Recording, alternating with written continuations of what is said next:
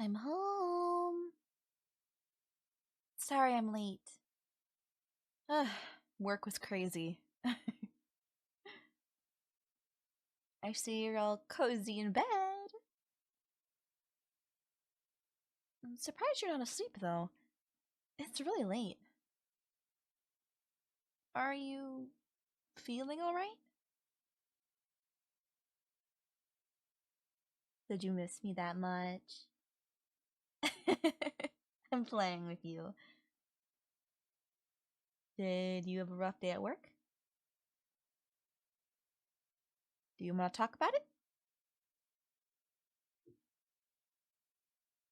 Mmm.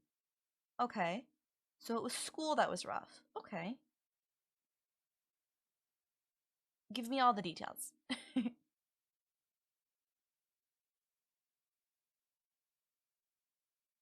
Okay.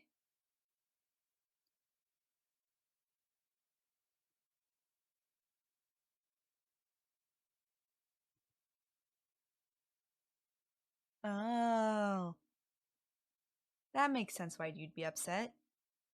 God, that professor's been on your ass for months. I mean, I read that paper and I thought it was pretty good.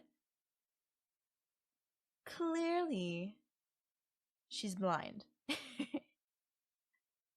But hey, a C isn't like bad for a paper.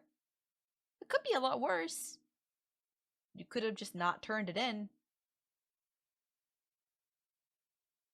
Or you could have been like me when I was in high school and uh wrote the for an entire paper. I hated school, which is why I didn't want to go to college. You're a much bigger person than me in that regard. Maybe I'll want to go back. I don't know. I have mixed feelings about school, especially hearing about all the shit you have to go through.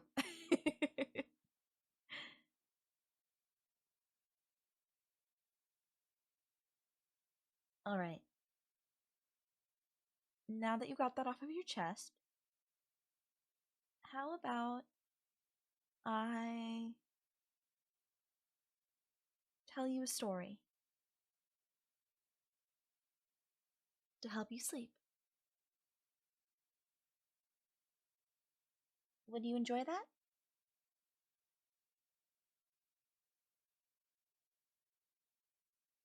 Well, what story do you want?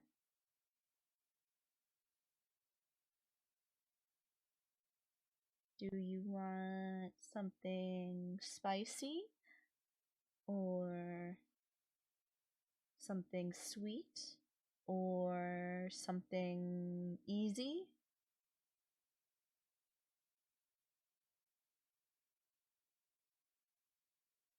Mmm. So you want a fairy tale?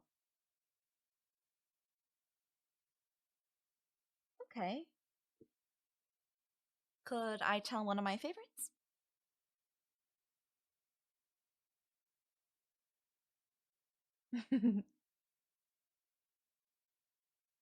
Yeah, it's a classic. Sorry, 1 second. Let me grab the cat. She's been very needy today. Alright. I'm gonna read Cinderella. The original one, not the Disney one, because there are Disney book renditions of it, but this is the original one. Get comfortable, my love.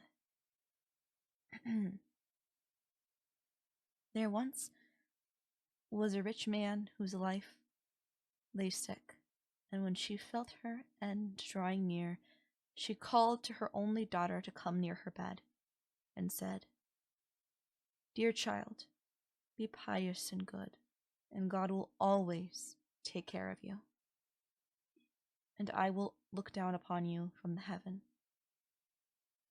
and will be with you." and then she closed her eyes and expired. The maiden went every day to her mother's grave and wept, and was always pious and good. When the winter came, the snow covered the grave with a white covering, and when the sun came in early spring and melted it away, the man took to himself another wife. The new wife brought 2 daughters home with her, and they were beautiful and fair in appearance, but at heart were black and ugly. And then began very evil times for the poor stepdaughter.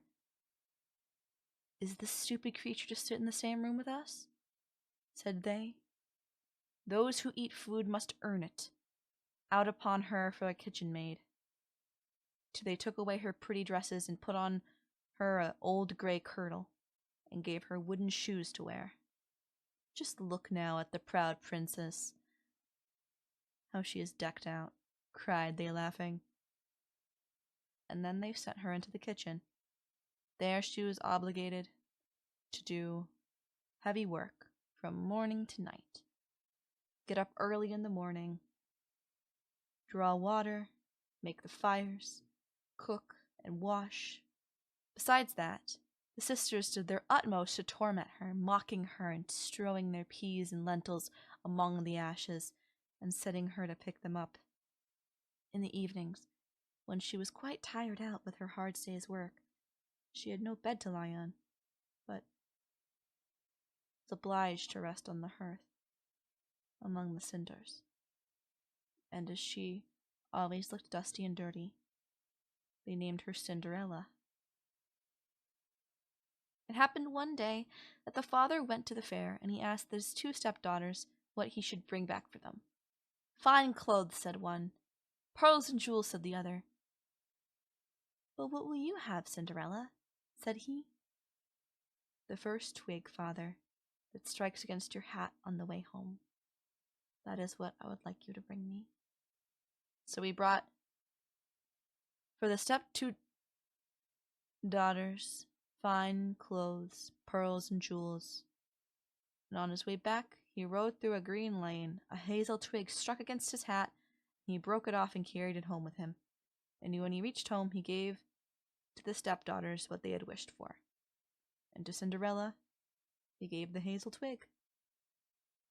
She thanked him and went to her mother's grave and planted this twig there, weeping so bitterly that the tears fell upon it and watered it.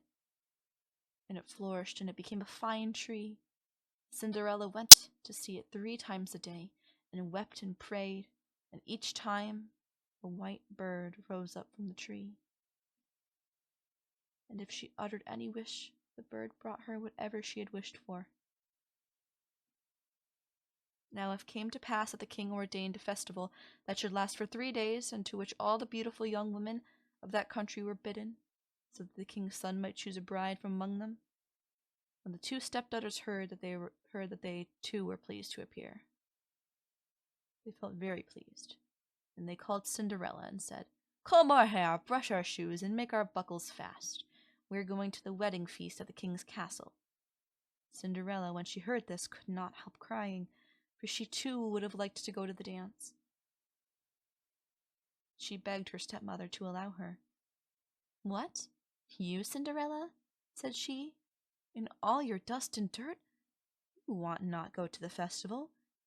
You that have no dress and no shoes. You want to dance." But as she persisted, and asking at last what the stepmother said, "I have strewed a dishful of lentils in the ashes. If you pick them all up in 2 hours, you may go with us." Then the maiden went to the back door that led to the garden, and called out, "O gentle doves, O turtle doves, and all the birds that be, the lentils in the ashes lie, come and pick up for me. The good must be in the dish, the bad you may eat if you wish." Then there came to the kitchen window 2 white doves, and after them some turtle doves, and at last a crowd of all birds under heaven, chirping and fluttering, and they alighted among the ashes. The doves nodded with their heads and began pick, peck, pick, peck, and then all the others began to pick, peck, pick, peck, and put all the good grains into the dish. before an hour was over, all was done, and they flew away. Then the maiden brought the dish to her stepmother, feeling joyful and thinking that now she should go to the feast. But the stepmother said, "No, Cinderella, you have no proper clothes, and you do not know how to dance, and you would be laughed at." And when Cinderella cried for disappointment, she added, "If you can pick up 2 dishes full of lentils out of the ashes, nice and clean, you shall go with us," thinking to herself, "For that is not possible." When she had strewed 2 full dishes full of lentils among the ashes, the maiden went through the back door into the garden and cried, "O gentle doves, O turtle doves, and all the birds that be, the lentils in the ashes lie, come and pick up for me. The good must be put in the dish, the bad you may eat if you wish."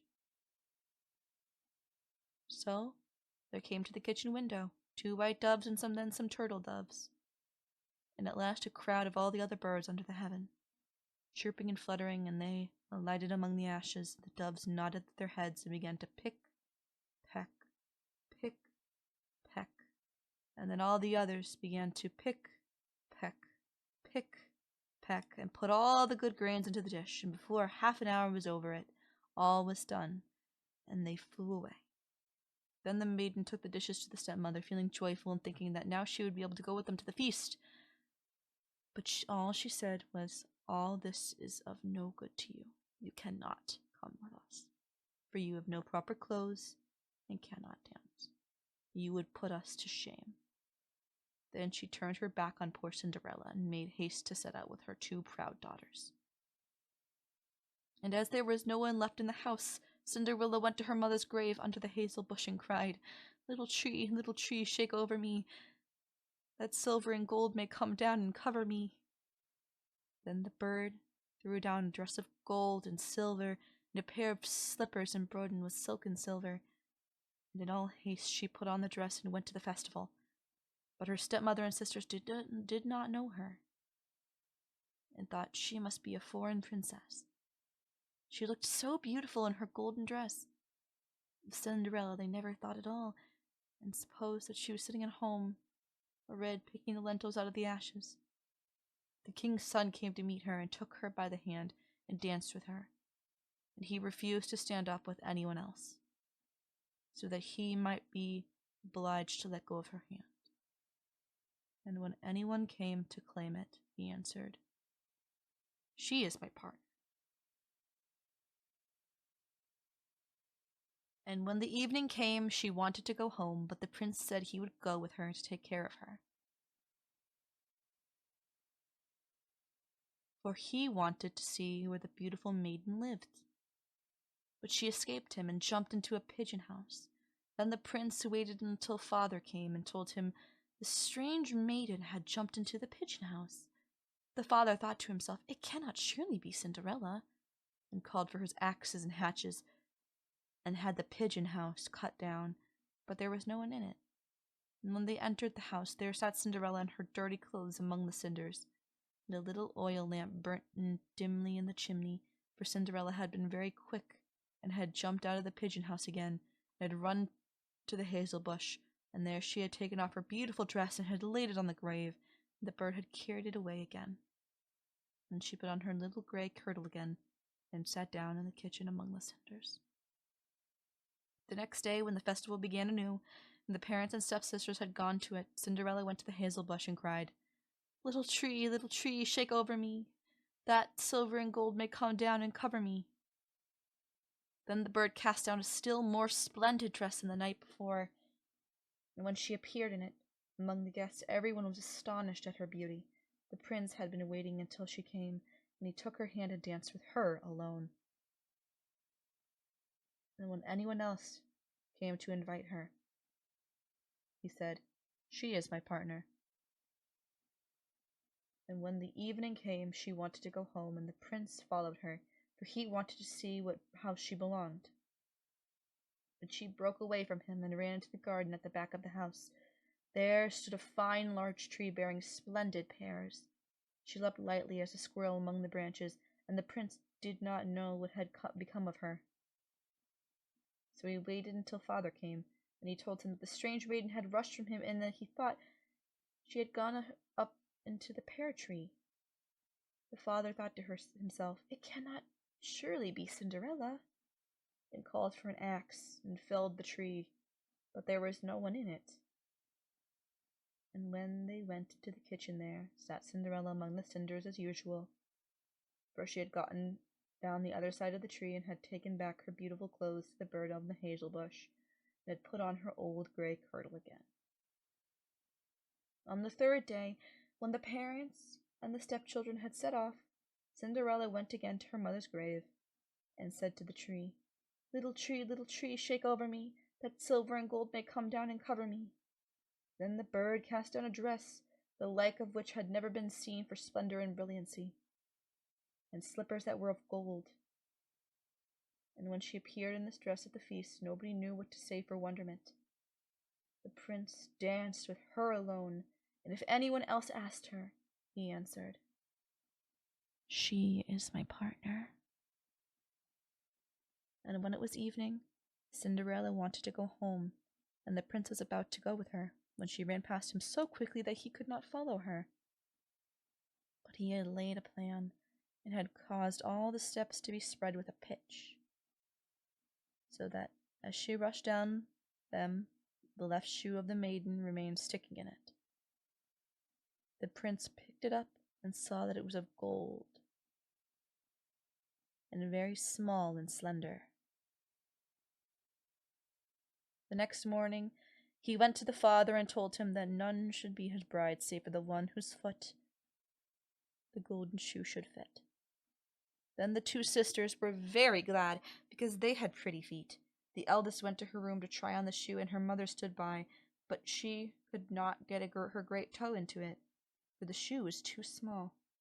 Then her mother handed her a knife and said, "Cut the toe off, for when you are queen you will never have to go on foot."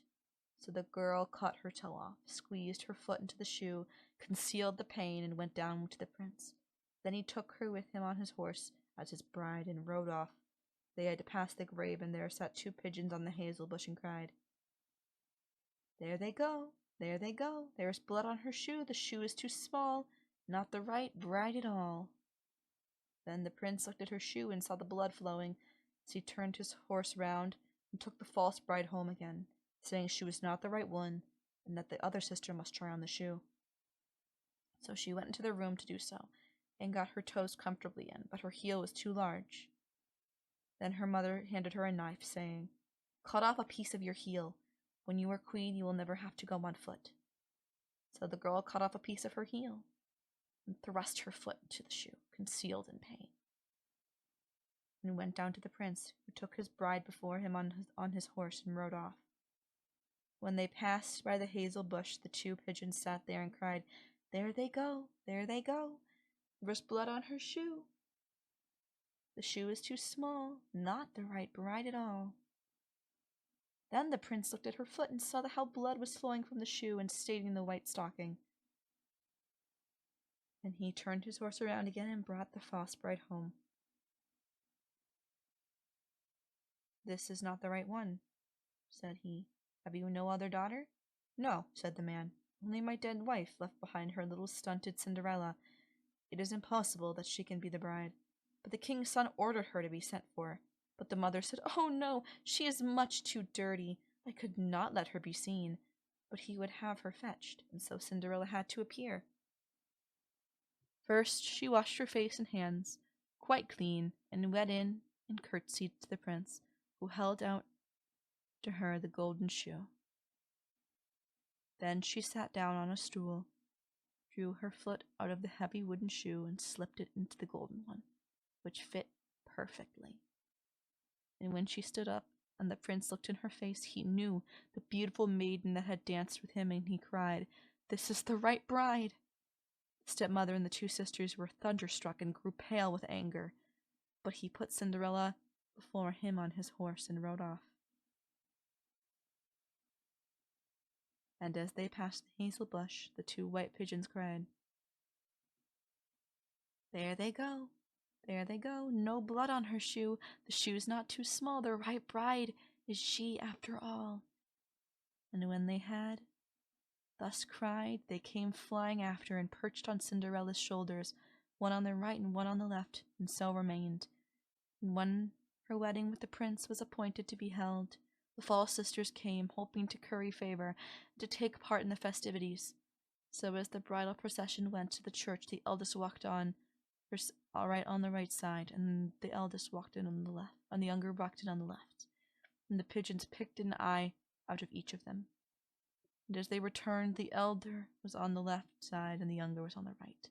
And the pigeons picked out the other eye of each of them, and so they were condemned to go blind for the rest of their days because of their wickedness and falsehood. Not a very cozy ending, but... Oh, you seem sleepy now. How cute. I'll let you sleep now. Let me know if you'd like another story sometime, my love. Good night. Please like and subscribe. Thank you so much for watching.